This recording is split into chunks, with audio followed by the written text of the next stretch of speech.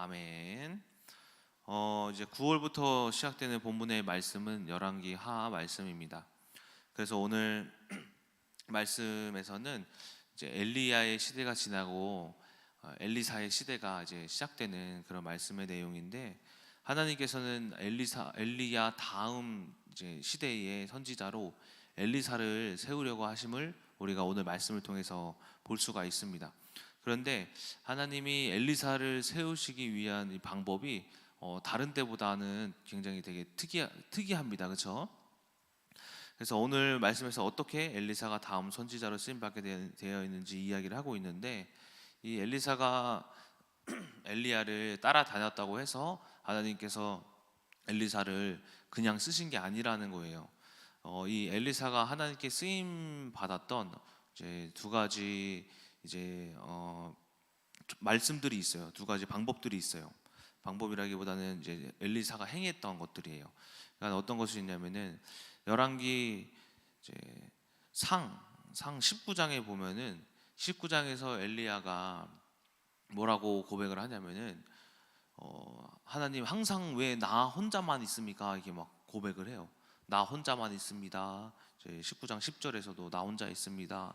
19장 14절에서도 항상 나만 있습니다 라고 고백을 하시는데, 그때 하나님께서는 이제 후대를 세워야겠다라는 계획을 하셔서 이 70명의 제자들과 그리고 누구를 예비했다고 하시냐면은 엘리사를 예비했다라고 이게 직접 이렇게 말씀을 하십니다. 19장에. 그래서 19장에서 바로 이제 하나님이 엘리사를 만나게 하시는데, 그때 엘리사가 엘리야와 함께한 시간이 대략 8년이라고 추정을 하고 있어요. 8년. 이게 뭐 3장밖에 안 되지만 성경에서는 8년 정도라고 추정을 하고 있습니다. 그래서 이 8년 정도 추정을 하는데, 하나님이 특별히 엘리사를 따로 교육을 시키는데, 이 70인의 제자들은 어떤 기관에서 훈련을 시키는데, 엘리사는 어떤 훈련을 받냐면은 이제 현장 훈련을 받아요. 현장 훈련. 그러니까 엘리야를 직접 따라다니면서 많은 사건들과 이제 역사들, 하나님이 하시는 일들에 대하여서 그거 직접 눈으로 본단 말이에요. 그러니까 하나님이 사람을 세우시는 방법 중에 하나가 현장을 보게 하신다라는 거예요. 그래서 엘리사는 항상 현장을 봤던 사람이에요. 근데 보기만 하지 않고 어떤 현장을 본 거냐면은 승리하는 현장을 봤던 사람이다라는 걸, 승리했던. 엘리야가 패배한 적이 없어요. 그러니까 이처럼 하나님이 엘리사를 어떻게 세우셨냐면은 계속 현장에서 승리하는 걸 보게 하셔서 그가 어떤 하나님이 살아계심을 체험하게 한 거예요. 그러니까 이렇게 하나님이 그런 방법을 통해서 엘리사를 그렇게 쓰임 받게 하셨고, 그리고 우리가 이 말씀을 통해서 또 생각해 볼 수 있는 거 잠깐 이제 짚고 넘어가자면, 우리도 현장에 있다라는 거예요. 현장. 그 엘리야와 엘리사만 그냥 그 사람이 뭐 대단해서 간 게 아니라, 엘리사는 우리와 성정이 똑같은 사람이라고 하거든요. 그러니까는 이처럼 우리도 똑같은 사람인데 우리도 항상 현장에 있잖아요. 그 현장이 가정이 될 수 있고 직장, 학교가 될 수 있고 여러 우리가 가는 모든 곳이 현장이 될 수 있다라는 거예요. 그러니까는 우리도 그 현장에서 승리하시면은 분명히 하나님께서는 여러분들을 하나님의 사람으로 쓰시고자 한다라는 말씀으로 이렇게 이해하셨으면 좋겠습니다. 자, 그리고 어쨌든 이렇게 엘리야가 여호와의 말씀을 행하는 거, 막 이적을 행하는 것을 보고 현장에 있기도 하였고, 그리고 하나님이 왜 엘리사를 또 그 다음 세대로 세우셨냐면은 오늘 말씀이 그 이유 중에 하나예요. 아니, 엘리사가 엘리야를 계속 따라다녔다라는 거예요. 따라다녔다. 엘리야가 계속 반복해서 하는 말이 뭐냐면은, 길갈에 가도 야 너 여기 있어라, 베델에 가도 여기 있어라, 여리고에 가도 여기 있어라. 그러니까 어디를 가든 계속 너 여기 있어라라고 하는데, 엘리사가 끝까지 갑니다. 끝까지. 엘리야가 하늘로 올라갈 때까지 계속 따라다녀요. 계속 따라다녀. 이게 무슨 말이냐면은, 그리고 하는 말이, 여기서 하는 말이 중요해요. 뭐라고 하냐면은 이제 엘리야가 묻습니다. 야 엘리사야, 너 내가 하늘로 올라가기 전에 너가 바라는 것이 뭐냐라고 하니까는 이렇게 말을 해요. 당신의 갑절의 능력이 있기를 원한다라고 이야기를 한단 말이에요. 근데 하나님이 하나님이 쓰시고자 하는 사람을 쓰는 두 번째 방법이 뭐냐면은 소망한다라는, 소망한다. 내가 어떤 능력이 있기를, 그 능력이 뭐냐면은 하나님의 능력이 있기를 소망할 때 하나님이 쓰시고자 한다라는 거예요. 저도 어떤 여러 가지 환경이 있었는데 항상 그 환경 속에서 내가 내 능력으로 바뀌어지는 것이 아닌 하나님의 능력이 임하여 주시옵소서, 저는 할 수 없습니다, 이런 고백이 있었을 때 뭐냐면 하나님이 능력 주세요, 이길 만한 능력. 이게 두 번째 하나님이 쓰시고자 하는 사람의 특징이다라는 거죠. 그런데 이게 왜 쓰임 받는 이유가 되냐면은 엘리야가 2장 10절에 뭐라고 하냐면은 네가 어려운 일을 구하는도다라고 이야기를 해요. 어려운 일. 근데 솔직히 말해서 엘리사가 엘리야만큼 쓰임 받기 위해서 그 쓰임을 엘리야가 10번을 하나님의 능력을 받았다면은, 능력을 행했다면, 엘리야 갑절의 능력은 2배거든요. 20번을 해야 된다라는 거예요. 근데 그 말의 뜻이 아니에요. 너가 20번 하기 원하는구나, 이게 아니라는 거예요. 이게 무슨 말이냐면은 네가 정말 어려운 일이다, 이 말이 아니라 하나님의 사람이 아니고서는 생각하지 못할 생각을 하는구나, 이거예요. 그러니까 네가 정말 어려운 일, 그러니까는 제 생각에는 저는 어떤 뭔가 그냥 엘리야처럼 되고 싶어요, 이런 그냥 이 고백이 그냥 고백이 아니라, 저는 다른 사람과 다르게 저는 하나님의 일을 하는 사람이 되고 싶다라는 이 고백이 아무나 할 수 있는 고백이 아니라는 거예요. 그러니까 이 갑절의 능력을 구했던 것은 어떤 누구도 못할 것을 구하고 있는 거예요. 인간은 늘 욕심에 차서 하나님께 바라는 게 그냥 나의 어떤 경제 회복, 나의 어떤 평안함, 내 가정의 어떤 행복, 그렇죠? 내 뭐 건강 회복, 내 자식 잘 되는 거, 내 남편 그냥 잘 되는 거, 내 거 구하는데, 이 엘리사의 생각은 달랐다라는 거죠. 하나님의 것을 구했다라는 거죠. 마치 솔로몬처럼, 솔로몬이 자신이 뭐 부귀 영화로 누리는 게 아니라 자신의 백성들을 하나님의 백성이지 않느냐라고 하면서 하나님께 지혜를 구했던 것 같이, 하나님이 원하시는 것을 구했던 사람이기 때문에 하나님이 그를 쓰시고자 하셨다라는 거예요. 그래서 이처럼 두 번째 이유가 무엇이냐면 남들이 생각하지 못한 것들을 생각했다라는 거예요. 하나님의 역사는 여러분들이 생각하셔야 될 게 선엄적이다라고 저 말씀드렸죠. 이 선엄적은 초월적이다라는 말씀이에요. 그러니까 우리가 내 눈앞에 있는 환경을 내 눈을 초월하는 거예요. 내가 보지 않고, 내가 이것을 내 눈으로 보지 않고 하나님의 시선으로 보는 것이 초월하는 거예요.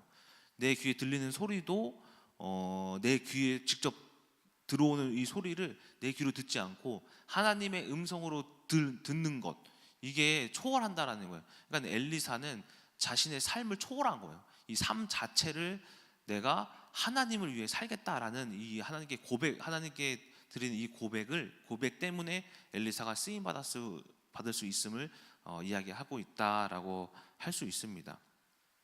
그래서 여러분들께서 이 두 번째 이유, 남들이 생각하지 못한 것들을 생각해라. 예를 들어서 또 코로나 때 남들 어떤 뭐 사업이 망하고 교회가 무너지고 하는 데 있어서 우리도 망했다라는 것은 남들이 똑같이 생각하는 거죠, 그렇죠? 근데 아니다, 우리는 살 것이다라는 게 또 초월하는 생각. 아무튼 이처럼 우리가 세상을 따라가지 않고 하나님이 주신 생각을 따라가는 거.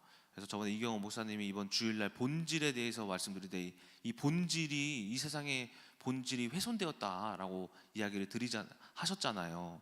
예를 들어서 말씀하셨던 게, 내가 두 눈을 가지고 태어났는데 내가 애를 낳는데 눈이 하나야. 근데 눈이 하나인 사람이 이 세상에 너무 많아. 그러면은 누가 비정상이 됩니까? 두 눈을 가진 사람이 비정상이라고 말하고 있지 않느냐라는 거예요. 그러니까 이 세상은 하나님을 알고 하나님께 받은 생각을 통해서 해석하는 게 정상인데, 그리고 하나님께 구하는 것이 정상인데, 이 세상이 변질되어 가지고 그것이 아닌 다른 것이 행복이고, 다른 것이 정상이고, 다른 것이 이제 축복임을 이야기하고, 다른 것이 성공임을 이야기하고 있는 것이 훼손되었다라는 거예요. 그래서 이처럼 우리가 생각할 때 하나님의 생각이 오로지 옳음을, 그것이 본질이고 그것이 원래 정상임을 여러분들이 기억하셨으면 좋겠습니다. 그때 하나님이 여러분들을 이제 쓰실 것이다라는 겁니다. 그래서 오늘 본문의 말씀을 이제 보면서 잠깐 하나하나 되짚어 봤는데, 제가 깨달은 말씀은 무엇이냐면은 만남의 중요성이다라는 거. 만남의 중요성. 그러니까 엘리사가 엘리야를 만났다라는 거죠, 그렇죠? 그래서 그 만났기 때문에 그에게 계신 하나님을 볼 수 있었고 그와 같은 능력을 받을 수 있었다라는 거예요. 어떤 대학교에서 이제 성공한 사람들의 특징들을 막 조사를 해봤다라고 합니다. 그래서 뭐 노벨상 탔던 사람들, 아니면은 뭐 최근에 유명한 사람들 있잖아요. 뭐 일론 머스크라든가 또 그리고 레리 페이지, 스티븐 잡스, 뭐 이런 사람들, 그리고 위인들, 뭐 아인슈타인, 뭐 이런 사람들, 테레사 수녀, 뭐 이런 사람들을 연구를 해봤대요. 그런데 이 사람들이 왜 성공했을까? 뭐 많은 이유가 있었지만은 공통적으로 이제 두 가지 이유가 있었대요.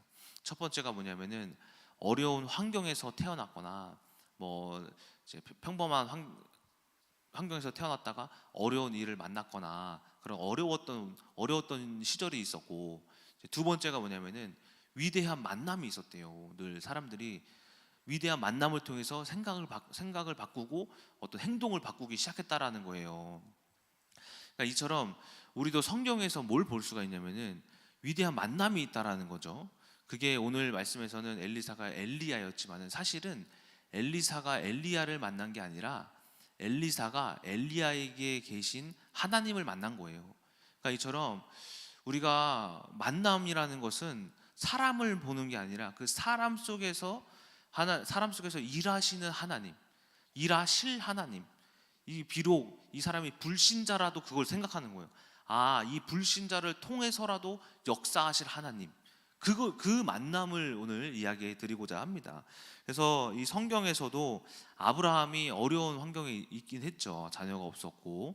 그런데 하나님을 만났다라는 거죠. 그리고 요셉도 마찬가지로 형들의 핍박 속에 있었지만은 그 꿈을 통해서 하나님을 만났었죠. 그리고 뿐만 아니라 모세가 이제 살인자로 이렇게 막 도망을 갔지만은 떨기나무 앞에서 하나님을 만났죠. 그러니까 이 만남이라는 것을 우리가 말하는 성경적 위대한 만남은 뭐냐면은 바로 하나님이시다라는 거예요. 하나님이시다. 근데 그 만남은 누구나 할 수 없고 누가 할 수 있느냐?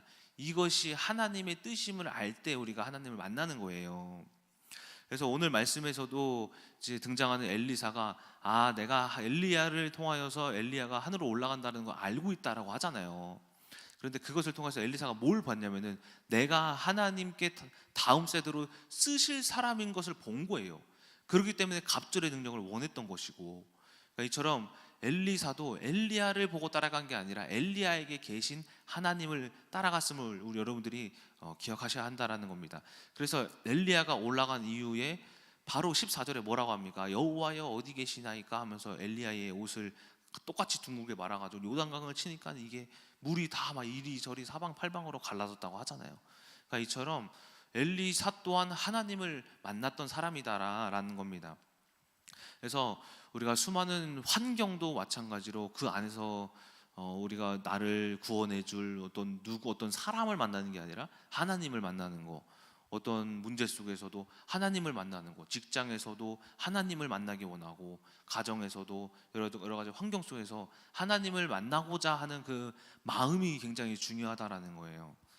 그래서 제가 어저께 있었던 일을 잠깐 말씀드리도록 하겠습니다. 어제 이제 조이가 어제 어린이집에서 포도밭 견학을 갔어요. 근데 가가지고 한 12시쯤인가 민정사한테 연락이 오기를 조이 어머님, 조이가 다쳤어요. 그러는 거에서 얼마나 다쳤어요? 그러니까 이게 그 넘어져서 눈 옆에가 조금 이게 까졌는데 이제 이거 눈 다쳤으면 큰일 날 뻔했어요. 이러는 거예요. 그래서 민정사모가 그렇게 크게 대수롭지 않게 여기고, 그리고 그 병원 가야 될 정도냐고 하니까는 아이고 저희가 보기에는 이제 약만 발라도 될 것 같고 이제 아이 한번 이따가 보시고 병원 가셔도 될 것 같아요. 그래서 해가지고 되게 크게 이렇게 잘못된 거 아닌 줄 알았어요. 그래서 어쨌든 뭐 그렇구나. 그래서 저도 이제 저한테 이야기를, 오빠 뭐 저희가 다쳤대. 그래서 뭐 어떻게 그러니까 뭐 넘어져가지고 좀 긁혔대. 그래서 그렇구나. 대수롭지 않게 생각했어요. 왜냐면 우람이 보면 맨날 어디 막 뭐 상처 나 있고 막 물려 있고 얼굴 막 만신창이잖아요 맨날. 그래서 막 우람이 비교해서 보면은 뭐 별것도 아니지. 우람이는 막 강하잖아요. 이렇게 막 다치면서 살잖아요. 애들은 원래 다치면서 크는 거니까. 그래서 이제 그렇게 생각을 하고 이제 하원할 때 이제 4시쯤에 조이를 이제 데려갔어요. 데려가가지고 조이 상처 보니까 별것도 아니에요. 그냥 이게 어디 막 쓸려가지고 이게 좀 피날 정도도 아니 그냥 찍찍 긁힌 거 그냥 있잖아요. 그런 거 그냥 흙에 칙 긁힌 거. 아 뭐야 그래도 여기 눈가 옆이라 가지고 아이고 그래도 위험할 뻔했다 했는데 집에 와가지고 저희 손을 이렇게 막 씻겼단 말이에요. 손을 씻기는데 갑자기 막 우는 거예요. 그래서 이거 왜 울어? 손바닥에도 뭐 스크래치가 났나 넘어질 때 이렇게 긁혔나? 그래서 손바닥을 보니까 깨끗해요. 그래서 왜 뭐지 이상하다. 그래서 근데 뭔가 이상해가지고 제가 저희 온 몸을 다 만져봤어요. 여기 왜 그러지? 근데 어디가 이상하냐면 손목 오른쪽 손목이 이제 조금 부은 거예요. 근데 좀 티가 잘 안 나요. 저희가 워낙에 또 뚱뚱해가지고 그런가 뭐 살집이 있어서 이게 막 뭐가 있잖아요. 엠보싱 같은 게. 그래서 진짜 이 두 손을 비교해 보면은 진짜 이만큼 차이가 나는 거예요. 근데 만져보니까 딱딱한 거예요. 이 손목이 딱딱할 정도로. 그래서 아 이거 뭔가 문제 있다. 왜냐면 제가 많이 다쳐봤잖아요. 막 운동하면서 발가락 오른쪽 엄지 발가락인가를 제가 한 3번인가 기부스를 해보고 뭐 이제 손가락도 다쳐보기도 하고 뭐 십자인대도 끊어지기도 하고 뭐 기부스 다치는 걸 많이 당해봤잖아요. 아 이거 분명히 인대 아니면 뼈다. 제가 이거 딱 보고 알았어요. 그래가지고 제가 원래 병원을 진짜 안 가는데 이건 병원 무조건 가야 될 것 같은 거죠. 그래서 여보 이거 무조건 병원 가야 돼. 이거 인대 아니면 뼈야. 그래서 민정사모는 태어나서 기부스를 해본 적이 없대요. 이렇게 다쳐본 적이 없대요. 그래서 병원 가야 돼. 그래서 그래 어쨌든 다쳤으니 가보자 해서 갔는데 제가 가가지고 엑스레이 찍고 조금 흑암이 올라왔던 게 엑스레이 찍고 선생님이 보니까는 뼈가 부러진 거예요. 손목이 그냥 어른으로 치면 부러진 거예요. 그냥 부러졌어요. 손목 부러졌어요. 얘가. 근데 애기들은 뼈가 말랑말랑하대요. 어른들은 딱딱한데 애기들 뼈는 아직 이게 다 자라지 않아서 뭐 얼마나 말랑말랑한지는 잘 모르겠어요. 그래서 애기들 뼈가 찌그러진대요. 무슨 페트병 찌그러지듯이 찌그러진대요. 그래서 이렇게 조금 이렇게 딱 찌그러졌어요. 이렇게 손목이. 그러니까 이건 그냥 부러진 거래요. 아 그래서 헐. 근데 거기서 흑암이 좀 이렇게 올라가는 거예요. 이 선생이 미쳤나? 애 조이를 집어 던졌나 포도밭에다가. 이거 와 갑자기 막 조금 열이 받는데 티를 낼 수도 없고. 그리고 또 장인 어르신 같이 있었으니까 또 막 열받은 거 이렇게 뭐 티 낼 수도 없고 이렇게 막 솔직히 딱 이렇게 올라오는데 제가 엊그저께 금요일 날 설교했던 그 설교가 뭡니까? 하나님의 어떤 목적이 있다 하잖아요. 그게 타생적 목적. 이 목적 뭐야? 선생이 조이를 죽이고자 했던 목적인가? 아니잖아요. 그리고 또 이것을 통해서 우리를 엿먹으려고 하는 목적인가? 아니잖아요. 하나님의 목적 찾아야죠. 아 하나님의 목적이 뭘까?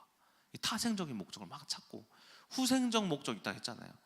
후생적 목적 뭡니까? 복리후생과 같은 국가에서 뭘 지원해 주듯 우리의 삶을 넉넉하게 이기게 하고 윤택하게 하실 하나님이 주실 것이 무엇인가 찾는 이 후생적 목적을 찾아야 되잖아요. 이것을 막 찾았어요. 하나님 이게 뭡니까? 이유가 뭡니까? 근데 거기서 깨달은 게 뭐냐면 만나기 위해서 하나님이 나를 만나기 위해서. 뭐 저는 안 만났습니까?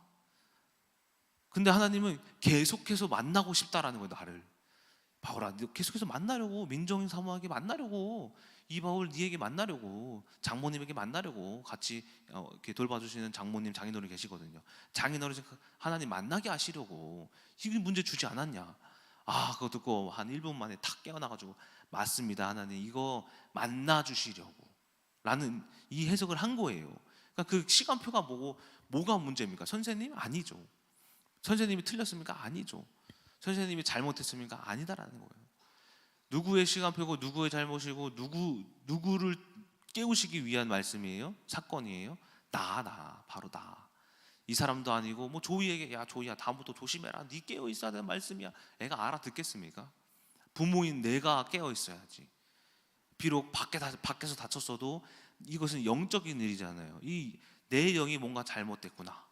뭔가 어떤 영적인 흐름에서 잘못되었기 때문에 조이에게 문제가 갔구나. 이걸 깨달아야 한다라는 거예요. 그래서 뭘 깨달았냐면 제가 이건 하나님이 나를 더 큰 사역자로 목사로 쓰시기 위하여서 뭔가 시험하고 계실 수도 있겠고, 그리고 또 내가 이 아이에 대한 해석을 말씀으로 해석함으로써 최근에 뭐 믿음의 사건도 있었고 여러 가지 아이들에 대한 문제들이 조금씩 있잖아요. 이런 것들을 통하여서 나를 이 아이들 문제 있는 어떤 사건이 있는 아이들의 가정 또한 살리시려는 목사로 사용하시려고 하나님 이 문제를 주셨구나. 내 지경을 넓히시려고 하시는구나. 내 하나님이 나에 대한 계획임을 발견을 했다라는 거예요. 이처럼 여러분들이 모든 많은 사건들이 있잖아요. 그곳에서 에이씨 왜 이런 일이야? 아이 뭐 나한테 뭐 이런 일이 생겨? 아 왜 저 선생은 뭐 저 사람은 왜 조의를 못 봐가지고 이런 문제를 만들어? 이 남 탓하는 게 아니라 분명히 하나님은 나 만나 주시기 위한 문제로 역사하신다라는 거예요. 이 위대한 사람들도 뭐 다른 사람 만나가지고 들은 게 아니라 지가 만난 거예요, 자기가. 이처럼 엘리사도 비록 엘리야를 통해서 봤지만은 그도 그 나름대로의 하나님을 만났다라는 거예요. 이처럼 여러분도 그 각자의 현장 속에서 모든 것이 나를 향한 말씀임을 여러분들이 깨달으셔야 된다라는 거예요. 남편이 이상해도 이상하게 보는 나를, 내 잘못임을 여러분들이 알고 뭔가 내 생각이 틀렸음을 여러분들이 깨달으셔야 된다라는 거예요. 자녀를 봐도 자녀 얘는 태어날 때부터 이상했어요가 아니라 그 이상했어요라고 말을 하는 내가 이상한 거예요. 모든 것들은 나를 만나 주시기 위함이다라는 거예요. 하나님께서는 이 사람을 만나는 게 아니라 모든 환경, 사건, 이 사람이 이상해도 나예요. 무조건 나예요. 나를 만나기 위한 하나님을 여러분들이 기억하셔야 된다라는 겁니다. 그래서 이처럼 저는 이렇게 생각을 해요. 오늘 엘리사와 이제 엘리야의 말씀을 통하여서 우리가 엘리사처럼 되기보다는 우리가 엘리야처럼 돼야 된다는 거예요. 그게 무슨 말이냐면은 나를 통하여서 이 사람에게 하나님을 비춰줘라. 엘리야를 통하여서 엘리사가 내가 당신의 갑절의 능력을 얻고 싶습니다라고 하는 것처럼 이 사람을 통해서 하나님을 받지만 또 이 사람 또한 위대히 있음을 우리가 알잖아요. 우리가 이처럼 하나님을 통하여 내가 엘리야처럼 되어서 내가 엘리사를 양성하는 사람이 여러분들이 되셔야 한다라는 겁니다. 언제까지 우리가 바라고만 있고 누군가 내 문제를 해결해 주려고만 기다리고만 있고 언제까지 인내하고 언제까지 참고 두드리기만 하겠습니까? 이제는 되셔야지요. 이제는 여러분들의 환경에서 분명히 하나님의 만남이 있을 줄 알고 되어져야 돼요. 엘리야처럼. 그래서 우리가 내 수하에 엘리사와 같은 제자들을 많이 생성하는 것이 진정한 하나님이 쓰시는 일꾼이다라는 거예요. 그것을 어떻게 시작할 수 있냐? 전지학. 여러분 아이들을 보내시는 이 청지학, 바이블 암송학교, 그곳에서 하나님이 분명히 아이들이 현장에서 만나는 방법을 잘 모르니까 이 전지학과 청지학과 바이블 암송학교를 통하여서 어렸을 때부터 어떤 환경에서 만나는 방법, 이 모든 것이 다 말씀을 듣는 것에서부터 시작이 되잖아요. 그래서 여러분들이 이러한 이 전지학, 청지학, 바이블 암송학교가 시작되는 이것이 아직 늦지 않았으니까 다 모두 여러분들이 신청하셔서 말씀을 듣는 것에 여러분들이 집중하셔라. 그리고 이제 여러분들의 이제 모습은 이제 요한일서 4장 12절의 모습과 같이 변화되어져야 한다. 그것이 무엇이냐면은 어느 때나 하나님을 본 사람이 없되 우리가 서로 사랑하면 하나님의 사랑이 우리 안에 거하시고 그의 사랑이 우리 안에 이루어진다. 어느 때나 하나님을 본 사람이 없지만 우리의 모습을 통해서 하나님이 드러난다. 엘리야의 모습을 통해서 엘리사가 그 모습을 보고 하나님의 일꾼이 되길 소망하였다라는 겁니다. 이처럼 가정을 변화시키는 힘은 여러분들이에요. 여러분들 한 사람만 있어도 여러분들의 가정, 형제, 우리 어머니, 아버지, 또 모든 자녀의 친구들까지 다 살아날 줄을 소망합니다. 결론입니다. 이처럼 우리가 만나야 한다. 어디서 만나야 하느냐? 교회에 와서만 만나는 게 아니라 진짜 만남은 현장에 있다. 엘리사가 현장을 봤으므로 진짜 하나님의 살아계심을 체험했다. 그리고 또 만나야 한다. 여러분들이 생각과 마음을 통하여서 늘 내 눈으로 보여지는 것이 아닌 눈으로 보여지는 것들 속에서 만나야 하고 귀에 들리는 모든 말들 속에서도 하나님의 음성으로 만나셔야 한다라는 겁니다. 이처럼 우리가 오늘 각자 이제 현장으로 오늘 하루가 시작될 때 현장으로 가실 텐데 그 현장 속에서 하나님을 만나셔서 우리가 엘리사처럼 쓰임 받으시는 여러분 되시길 주님의 이름으로 소망합니다. 기도하고 마치겠습니다. 사랑의 하나님, 오늘 엘리야와 엘리사의 말씀을 통하여서 엘리사가 엘리야의 갑절의 능력을 바라고 원했습니다. 아버지 하나님, 그 엘리사의 그 하나님이 쓰시고자 하는 그 선지자로서의 아버지 예비된 사람의 그 특징들은 아버지 항상 현장에서 승리했음을 받고, 또한 아버지 그 현장 가운데에서 우리가 하나님의 능력을 소망했음을 우리가 압니다. 이처럼 우리 또한 하나님이 쓰시고자 하는 사람이 되기 위해서는 만나야 합니다. 그것은 우리가 성경을 볼 때만 만나고 말씀을 들을 때만 만나고 교회에 와서 기도할 때만 만나는 것이 아니라 현장에서 이겨야 합니다. 현장에서 만나는 축복을 더하여 주셔서 아버지, 우리가 엘리사보다 더 뛰어난 갑절, 몇 배의 갑절의 능력을 아버지 체험을 저희 큰나무교회 모든 성도님들에게 더하여 주시옵소서. 살아계신 예수 그리스도의 이름으로 기도드렸습니다. 아멘. 감사합니다. 우리 이동진 목사님이 지금 34살인가 5살인가. 예. 제가 왜 생각나냐면은 저 나이 때 제가 교회를 개척을 했거든. 교회를 개척을 했는데 여기 꼭 30년 되니까 생각을 해봤어요. 근데 이제 이동진 목사님이 이제 보니까는 이제 복음의 영적인 부분을 잘 깨닫고 잘 전하는 것 같아요. 근데 오늘 말씀 잘 들으시면은 뭐냐면 본질, 이 신앙의 본질이 뭔지를 잘 알려주는 거예요. 그렇죠? 본질을 통해 신앙의 본질, 복음의 본질, 그리고 제자 훈련의 본질. 제자 훈련, 전지학 이런 훈련은 지식을 가르치는 게 아니고 삶을 보여주는 거예요. 그것이 되면은 사람이 바뀌고, 내 지식을 자랑하고 뭐 교묘한 말과 학식을 자랑하고 뭐 이런 거 가르치면은 머리는 커지는데 사람이 안 변해. 근데 이제 그런 것들을 알고 제가 볼 때 오늘 어떻게 살아낼 것인가 하는 것들이거든요. 그거를 삶으로 보여주는 거지. 그래서 거기서 하나님을 보게 만드는 것들이거든요. 근데 그걸 느꼈어요. 그래서 오늘 한 달 동안 여러분 9월의 주제가 본질을 회복하라는 것인데, 오늘 여러분 이렇게 본질을 잘 깨닫는 지혜가 있기를 축원합니다. 이걸 알아들어야 된다는 거예요. 기도하겠습니다. 하나님 아버지, 오늘 이제 우리 이동진 목사를 통해서 하나님의 신앙의 본질, 또 복음의 본질 보여지게 하시니 감사를 드립니다. 지식을 자랑하고 철학을 자랑하고 좋은 어떤 것들을 자랑하는 것이 아니라 삶을 어떻게 살아낼 것인가, 하나님 문제와 사건 속에서도 하나님의 사람들은 어떻게 살아내고 어떻게 해석을 할 것인가 라는 것들을 우리가 잘 드러내야 되겠습니다. 아버지, 이제 저희들을 그렇게 만들어 주시기 원합니다. 교회가 어떤 것을 드러내야 되는가, 신비나 어떤 다른 기적을 자꾸 드리는 것이 아니라 말씀 중심이라고 하는 것은, 오직 예수 중심이라는 것은 삶을 통하여 하나님의 나라의 교회를 끌고 가겠다는 거예요. 이것이 바로 가장 오리지널 본질입니다. 그래서 변하는 겁니다. 하나님께서 우리에게 이런 것들을 알려주셔서 감사하고, 우리 사랑하는 성도들도 어떤 신비나 기적이나 눈에 보는 것과 어떤 축복 이전에 하나님 말씀 중심으로 우리의 삶을 바뀔 수 있는 우리 모두가 되게 하여 주옵소서. 그래서 오직 예수님의 형상이 우리 안에 거하게 하여 주옵소서. 너무나 슬픈 일이 많습니다. 세상은 바뀌었습니다. 세상은 변질되었습니다. 교회도 변질되고 많은 사람들이 변질되었습니다. 온전한 것들을, 원래 것들을 찾아낼 수 있는 우리 모두가 되게 하여 주옵소서. 감사합니다. 오늘도 우리 사랑하는 성도님들에게 하나님의 앞에 온전한 모습으로 발견되도록 도와주시면 큰 축복이 있을 것을 믿습니다. 오늘도 귀한 예물 드림을 감사하고, 이 예물 드린 종들의 아버지 그 기도 제목들을 하나님 중심을 보시고 그 본질을 찾게 해주셔서 큰 응답이 있도록 도와주옵소서. 물질의 본질을 회복하게 하여 주옵소서. 감사드리며 우리 주 예수님의 이름으로 축복하며 기도하옵나이다. 아멘.